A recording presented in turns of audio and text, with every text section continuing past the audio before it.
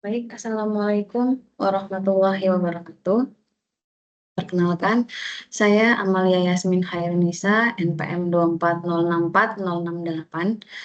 Di sini perkenankan saya untuk menjelaskan hasil pengerjaan tugas 3 saya untuk tugas metodologi penelitian, yaitu yang berjudul optimalisasi jalur eksklusif BRT terhadap reduksi eksternalitas dan peningkatan minat transportasi umum melalui analisis biaya manfaat.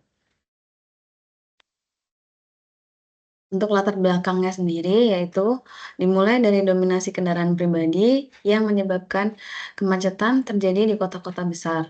Kemudian diperparah dengan rendahnya keandalan transportasi umum.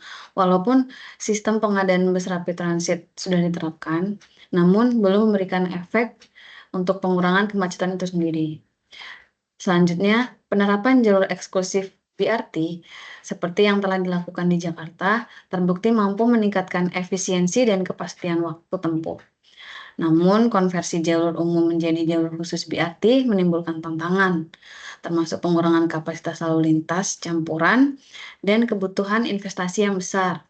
Oleh karena itu, diperlukan analisis biaya manfaat yang komprehensif untuk mengevaluasi apakah pemisahan jalur merupakan solusi yang layak secara teknis, ekonomi, dan sosial. Untuk identifikasi masalah, yaitu diawali dengan tingginya tingkat kemacetan di kota-kota besar, kemudian penerapan jalur eksklusif BRT dinilai mampu meningkatkan efektivitas dan efisiensi layanan. Selanjutnya adalah belum adanya kajian menyeluruh mengenai analisis biaya manfaat dari pengadaan jalur eksklusif busway, khususnya dalam konteks pengurangan eksternalitas dan peningkatan minat masyarakat menggunakan transportasi. Untuk referensi sebelumnya, seperti yang sudah tertera. Kemudian untuk statement-nya, yaitu perlu dilakukan kajian terhadap efektivitas pengadaan jalur eksklusif BRT dengan pendekatan analisis biaya manfaat sebagai upaya untuk mengurangi kemacetan, menekan eksternalitas negatif, kemudian meningkatkan minat masyarakat terhadap penggunaan transportasi umum, serta memberikan dasar yang kuat dan rasional dalam pengambilan keputusan kebijakan transportasi di berbagai kota besar di Indonesia. Selanjutnya untuk research question, yaitu bagaimana nilai eksternalitas sebelum dan setelah pengadaan jalur khusus busway, bagaimana pengaruh minat pengguna transportasi umum sebelum dan setelah pengadaan jalur khusus BRT, dan yang terakhir adalah bagaimana nilai biaya manfaat sebelum dan setelah dilakukan pengadaan jalur khusus BRT. Untuk tujuan penelitian sendiri, yaitu menganalisis nilai eksternalitas sebelum dan setelah pengadaan jalur khusus BRT. Yang kedua, mengetahui pengaruh minat pengguna transportasi umum sebelum dan setelah pengadaan jalur khusus. Dan yang ketiga adalah mengetahui nilai biaya manfaat sebelum dan sudah dilakukan pengadaan jalur eksklusif BRT. Ini adalah tabel meta-analisis yang dilakukan untuk peninjauan studi literatur berdasarkan penelitian-penelitian terdahulu. Kemudian untuk critical review, berdasarkan studi literatur yang didapatkan yaitu untuk konsep eksternalitas, dampak negatif tidak langsung dari aktivitas dampak negatif tidak langsung dari aktivitas transportasi yang tidak tercermin dalam biaya pasar. Sedangkan untuk konsep minat penggunaan transportasi umum BRT, yaitu didapatkan metode stated preference untuk melihat respon masyarakat terhadap skenario layanan BRT. Dengan adanya jalur khusus dapat mengurangi kemacetan meningkatkan efisiensi waktu, menurunkan emisi, dan memperbaiki kualitas udara. Untuk konsep biaya manfaat sendiri, melakukan analisis biaya dari manfaat dan kerugian yang didapatkan dari perencanaan jalur khusus. Selanjutnya untuk gap penelitian, yaitu tahap eksternalitas, yaitu penelitian terdahulu berfokus hanya pada peninjauan emisi.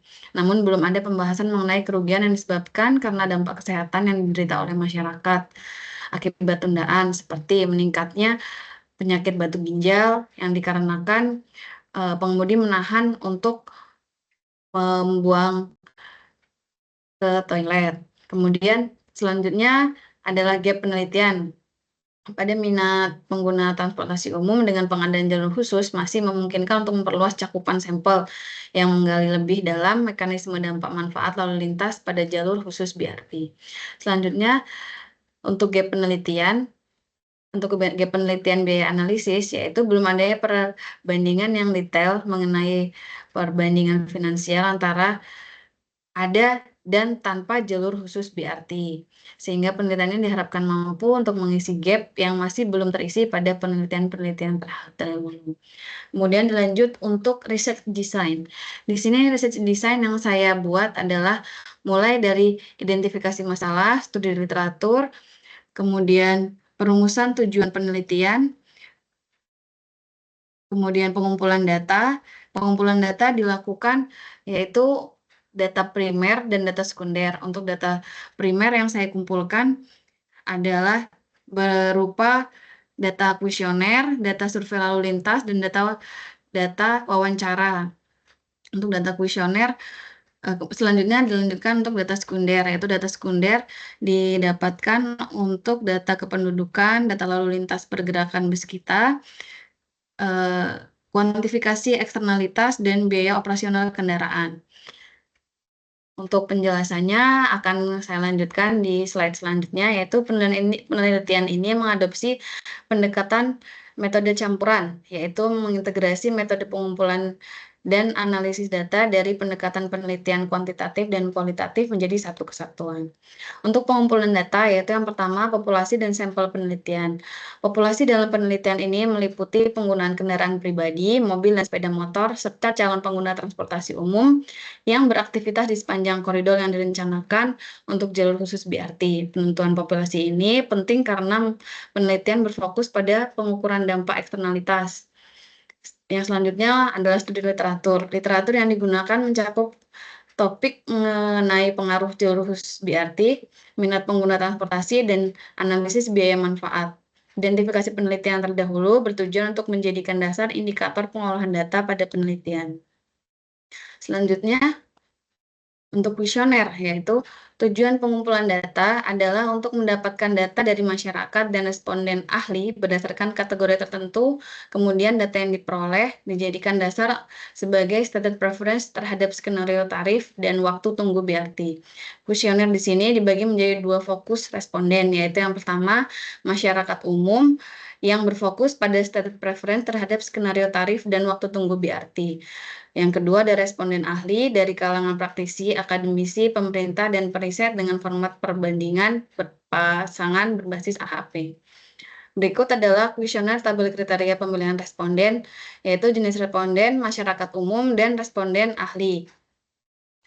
Selanjutnya untuk responden ahli, dibuat skala intensitas kepentingan AHP terdiri dari 5 definisi, yaitu terdiri dari 1, 3, 5, 7, 9, 2, 4, 6, dan 8 sebagai pembobotan. Selanjutnya, survei lalu lintas, yaitu cluster sampling, dilakukan untuk mencatat volume lalu lintas, jenis kendaraan, dan waktu puncak di beberapa klaster koridor BRT. Sesuai lalu lintas dalam penelitian ini dilakukan menggunakan metode cluster sampling, yaitu dengan membagi wilayah studi ke dalam beberapa klaster berdasarkan lokasi koridor BRT yang direncanakan. Metode ini dilakukan untuk memperoleh gambaran yang representatif mengenai kondisi lalu lintas. Selanjutnya yaitu ada pengumpulan data dengan wawancara. Wawancara ini bertujuan untuk memvalidasi data yang dihasilkan dari analisis menggunakan metode AHP. Wawancara dilakukan terhadap responden ahli atau pihak terkait yang memiliki kompetensi dalam bidang transportasi perkotaan. Responden untuk wawancara lebih sedikit daripada responden yang digunakan untuk pengumpulan data dari pengumpulan data kuesioner. Namun kriteria yang digunakan dalam pemilihan responden lebih banyak dan lebih spesifik dibanding dengan kriteria pemilihan responden melalui kuesioner. Selanjutnya berikut adalah kriteria pemilihan responden. Untuk kriteria pemilihan responden, yang pertama adalah pengalaman dan keahlian, yang kedua keterlibatan praktis, yang ketiga representasi stakeholder, yang keempat kepentingan terhadap sistem BRT, yang kelima keterbukaan terhadap kolaborasi, dan yang terakhir adalah latar belakang pendidikan. Untuk data sekunder yang saya pilih adalah berupa data kependudukan. Data kependudukan ini digunakan untuk mengestimasi jumlah calon pengguna BRT serta menganalisis pola pergerakan dan potensi permintaan layanan angkutan umum. Data yang diambil bersumber dari Badan Pusat Statistik Kota Depok dan Provinsi Jawa Barat. Selanjutnya untuk data lalu lintas pergerakan bus kita Trans Depok, data digunakan menilai efektivitas awal layanan transportasi publik di wilayah studi serta sebagai basis komparatif terhadap proyek performa sistem BRT. Dan selanjutnya kuantifikasi eksternal akibat kemacetan, yaitu pendekatan kuantifikasi dilakukan menggunakan nilai referensi dari literatur dan perhitungan berdasarkan volume lalu lintas serta durasi kemacetan. Yang terakhir, data sekunder yang saya pilih adalah menggunakan biaya operasional kendaraan yang dihitung berdasarkan komponen-komponen biaya langsung yang dikeluarkan pengguna jalan saat berkendara. Komponen ini dihitung sebelum dan sesudah dilakukan pengadaan jalur khusus BRT berdasarkan kondisi lalu lintas, terutama tundaan dan kecepatan. Sekian penyampaian paparan presentasi dari saya. Kurang dan lebihnya saya mohon maaf. Terima kasih atas perhatiannya. Wassalamualaikum warahmatullahi wabarakatuh.